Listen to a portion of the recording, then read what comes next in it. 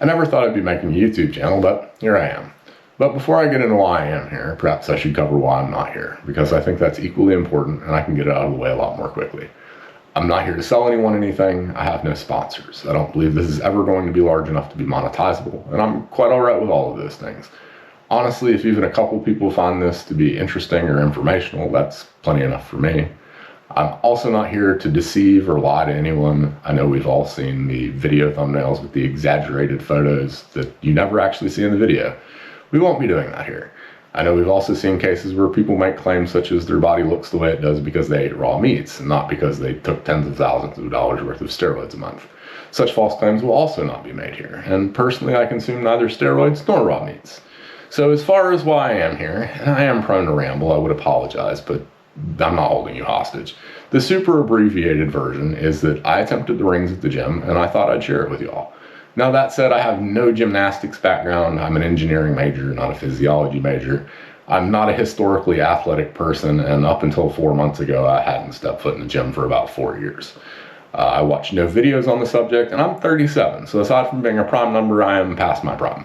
So in retrospect, probably a terrible idea, but terrible ideas often result in wonderful stories. I did it anyway, I'm still doing it, and I can say that I am currently in the best shape of my life, and I attribute that to what I call Balancey stuff. So that's the end of the abbreviated version. The longer version, for those of you that want to hear it, it may help explain what makes me different than other channels, is I believe I do have a naturally good sense of balance, but it's been reinforced in my adult life by being forced to take physics classes. But I'm also realizing that a lot of the things I'm doing now are taking me back to things I did when I was younger. So the first example would be roller skating. When I was a kid, I used to love to roller skate. And it was always in the pursuit of speed. I quit doing it around the time I was 12. Got back into it when I was about 20, still in the pursuit of speed. But then one day I saw a staff member do something that I honestly had to keep an eye on and see it a second time to make sure I saw it correctly the first time. But I had to learn how to do it. And we'll see that here in a moment. But I went over and talked to the guy. He gave me some prerequisites. I worked on it and learned it. Much like the gym, I haven't been much into that the past several years. I've been getting back into it over the past couple months. But the progress I've made with 2 hours a week is impressing even me. And you don't have to take my word for it. I do have a video. So let me shrink myself down here for a moment. Climb myself over yonder. And yes, I am fluent in hillbilly speak. Before I start the video, if you notice, I'm actually only on 4 of my 8 wheels. There's nothing wrong with the back ones. I just don't need them for this. And this is what I was telling you about that I learned from the staff member, and it got me away from just speed on skates. And as far as what I do now on roller skates, I've never tried ballet, but my guess is that honestly ballet is the only other thing on the face of this planet that is this complete of a lower body workout. So let's hit the video. We're looking pretty smooth, open to dissenting opinions. Now we're on 2 of 8 wheels, sliding sideways, back to 4 of 8, going pretty low, going back the other way. I have been working on symmetry. It does feel somewhat unnatural, and a lot of this I am still working on. So that's why I have to look at my feet a lot. So, please forgive me, but it'll get better with time. So if I make myself big again. So my next citable example would be handstands. According to my parents, when I was a kid, I used to walk around on my hands. I don't recall much of that other than I saw a camp counselor do it once, and apparently that inspired me to teach myself. Much like roller skating, I quit doing that until my early 20s.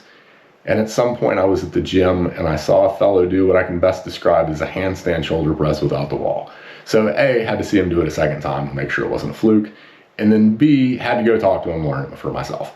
So went over, talked to the guy. He gave me the prerequisite of being able to do a handstand. I told him, wonderful, I used to do those when I was a kid. And he admittedly looked at me like I was a bit crazy, but to be fair, the guy was pretty jacked and I was not. So I did teach myself, but it was very inconsistent. I could get maybe 2 or 3 at best. And in retrospect, I think there's a couple reasons for it. A, I'd never had a physics class. I only had chemistry up to that point. And the other would be I was springing down into it. And I don't love that in hindsight because A, I think it really opens you up for more possibilities of wrist strain. The other issue is your hand placement as far as how far apart they are isn't ideal. And then these faster movements as you come up mean you need a bigger reactionary force when you get to the top. So it is more excruciating to come up slowly, but when you get up to the top, you don't have to push back as hard to find that middle point. So again, haven't been doing that for about 4 years. Been getting back into that since I've been going to the gym, and much like roller skating, the progress has been impressing even me. So as it stands right now, my personal best since I've been back is 17 shoulder presses across 5 sets and 26 across 10 sets without using the wall, which I personally don't think is too shabby for someone who has never bench pressed their own body weight. So let me shrink myself down again, clone myself over yonder again, and before I start the video, a couple comments. This position you see me in right now, that's my preferred starting position for a handstand these days. It alleviates the concerns I was talking about with like wrist strain, hand placement. Realistically, if you've got the strength and balance to do it, you can go up as slowly as you want to. It's excruciating, but you can do it. The other thing I would like to note is the framing may look poor on this, but the attempt before this was ridiculous looking. You could really just see a sliver of my head and 2 shoes in the frame. So did the best we could with the energy that we had. So we'll hit the play button. Up we go, and perhaps it's the blood rushing to my head, but I find finding that like central balance point is very peaceful feeling. So not the greatest, like, sort of press things I've ever had, but to be fair, I'm a little tired. Just, but it's something. It is definitely something. So before I get big again, I must confess though that starting position really wasn't totally my idea. I'm not much on the social media internets, but a buddy at his shop was trying to show me, and I say trying. He couldn't really do it himself, and he couldn't find me the video of someone else doing it. So I took that to be what he was trying to show me, and to start with, I could do it for, 2 seconds or so, and I worked on it for a couple days, and at some point my brain just kind of went to, oh wow, we could turn this into a handstand. And then within a week, we had it turned into a handstand. So he's attempted to show me other things, and let me make myself big again. So full disclosure, I'm big again because I don't have video evidence of me doing these things. So you'll have to take my word for it, but if my life depended on it, or there was a decent sum of money on the line, you better believe I could do both of these things. So the first of which my buddy was telling me about was a one-legged squat. And when I say squat, I mean sitting all the way down on the ground. And not to brag, but the day he showed it to me, I was able to do it on both sides without much problem at all. Now that was with the heel touching the ground on the foot that was sticking out, and he never could find me the video, as per usual, of someone doing it. And so I wasn't really sure if that was acceptable. But it doesn't really matter because within a week I had it ready to need my heel on the ground. So the other thing he was telling me about was some kind of cross-legged squat. And that spawned from me showing him how I get up on roller skates. And that one was admittedly a bit awkward. I had to go down to figure out what to engage going back up. But after I did that, I was able to do that on both sides as well. And I attribute being able to do that to a natural sense of balance and years of roller skating. So if we get back to the rings, because that's why we're really here. I've historically not taken weightlifting at the gym all that seriously. I still don't. I do it, but I don't go to failure. I don't max things out, in large part because I don't have anyone to catch the maxed out thing. I have divided up days for chest, arms, back, legs, and shoulders. On each of those days, I might do 4 to 5 exercises. In all honesty, if I wasn't having fun doing handstand shoulder presses in the grassy area, I would be done in 15 to 20 minutes. So in the pursuit of trying to find other exercises that preferably I enjoy doing, I started doing dips on the rings. And as you would expect, it's a little more difficult than normal dips. There's a lot of this sort of shaking going on. But after 3 days of doing it, non-consecutive, the shaking was pretty well gone.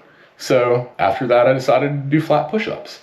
And it was the same thing. Started out very shaky, and then 3 days of doing it, and the shaking was minimized. So I did incline push-ups, decline push-ups, exact same thing. So at some point, and I guess this maybe is natural, my brain decided to throw out this idea of like, how hard could it really be to do a handstand on some rings? And so that's where this idea came from. So I try to make 3 days a week. I do 5 sets per day that I show up. I'm not gonna beat myself up if it doesn't happen. Life gets in the way, you get sick. The gym observes fictitious holidays like Christmas. And I do all this before my non-serious weightlifting. And on the days that I don't do the rings, I tend to do handstand shoulder presses in the grassy area still. So some of you might be wondering, why record all this if not for YouTube? And I really recorded this so I could see my own progress. I also recorded it so I could look and see what was happening from a physics perspective. And then the other thing I've noticed is, particularly for handstands, is things feel a lot different than they look. You might think you're up here, and in reality, you're only up here. So I wanted more of an objective perspective of what I was doing. So the fact that I wasn't intending on showing these to anyone, and I'm not a cinematography major, might explain why some of the videos aren't maybe as great as they could be, but, you know, did what I could. So I have these videos, I'm doing this thing, not really showing anyone, not really telling anyone about it. And after about 2.5, 3 weeks, I was pretty well blown away with how this was going. And I was honestly half jokingly toying with the idea of making a YouTube channel. So I did not do that. I started by showing my dad, who is not an easily impressed person. It's probably where I get it from. And his exact words the day before a month had happened was, "I can't hardly believe this, and you should save this for documentation." And for me, that cemented the idea that maybe I really should make a YouTube channel. So I'm not a cinematography major, but I'm making my own videos. I'm not a marketing major, but I made my own logo. And I'm just here holding it down for the engineering majors at the gym. You know, we're not a historically athletic group. I hate to paint with broad strokes, but in general, if you check us out at the workplace or the college, I think you're gonna find we're pretty nerdy.